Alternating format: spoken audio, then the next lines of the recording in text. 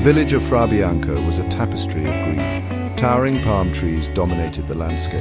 Their fronds swayed gently in the warm breeze. Beneath them, small huts huddled together. The air was thick with the scent of wood smoke and ripe fruit.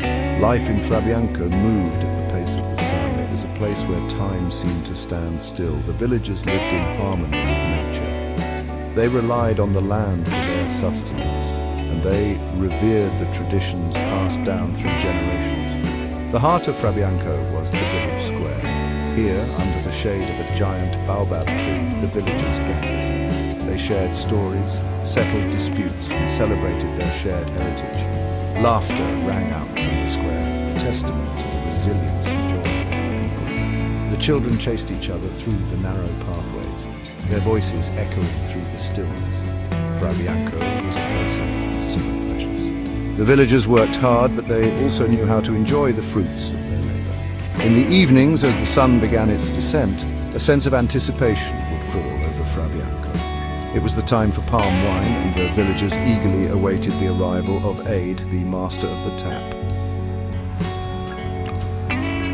Aid was a young man, barely a man, but his skill in tapping palm wine was unmatched.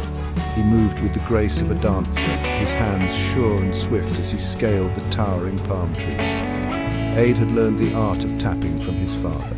His father had learned it from his father before, and it was a tradition passed down through generations of his family. Aid took great pride in his work, knowing that he was providing his people with more than just a drink. Aid's smile was infectious. He had a kind word for everyone he met. As he made his way through the village, carrying his gourds and ropes, he brought with him a sense of cheer.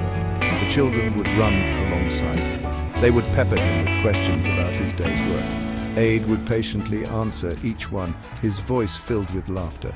He knew the rhythm of the trees, the secret language of the sap. With each careful cut, he coaxed the sweet nectar from the heart of the palm.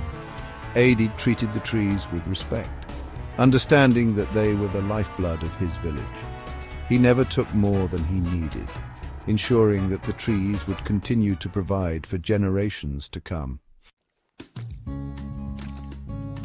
As the sun dipped below the horizon, casting long shadows across the villagers would gather in the square. They came with their gourds and calabashes, eager to quench their thirst with Aid's latest brew. The air was thick with anticipation and the sweet aroma of fermenting palm wine. Aid would arrive, his gourds overflowing with the frothy white liquid. He would carefully pour the palm wine into each waiting vessel, his movements measured and precise. As the villagers drank, they would share stories and laughter. The cares of the day would melt away. The palm wine, with its sweet and slightly intoxicating effect, brought people together. It fostered a sense of community and shared experience. The elders would sip slowly, savoring the taste and reminiscing about the old days. The younger men would drink with gusto, their voices growing louder with each gourd. The women would chat amongst themselves, their laughter echoing through the square. One evening, as Aid prepared to begin his rounds, the village elder, a wizened old man named Olumide, called him aside. "Aid," he said, his voice raspy with age, "you are young, but your skill in tapping the palm is beyond your years." Aid bowed his head respectfully, unsure of where the conversation was heading. Olumide continued, "But there is a tradition, a sacred duty that you must never forget." He looked at Aid, his eyes filled with a wisdom that came with countless seasons. "The first jar you fill each day, that jar is not for sharing. It belongs to the spirits of the palm, and you must consume it alone." Olumide explained that drinking the first jar would protect Aid from madness. The spirits of the palm were powerful. They could be jealous of those who dared to tap their sacred trees. Only by offering them the first fruits of his labor could Aid appease them. Aid listened intently, his heart heavy with the weight of responsibility. He knew that the elders' words were not to be taken lightly. The traditions of his ancestors ran deep. To ignore them would be to invite disaster.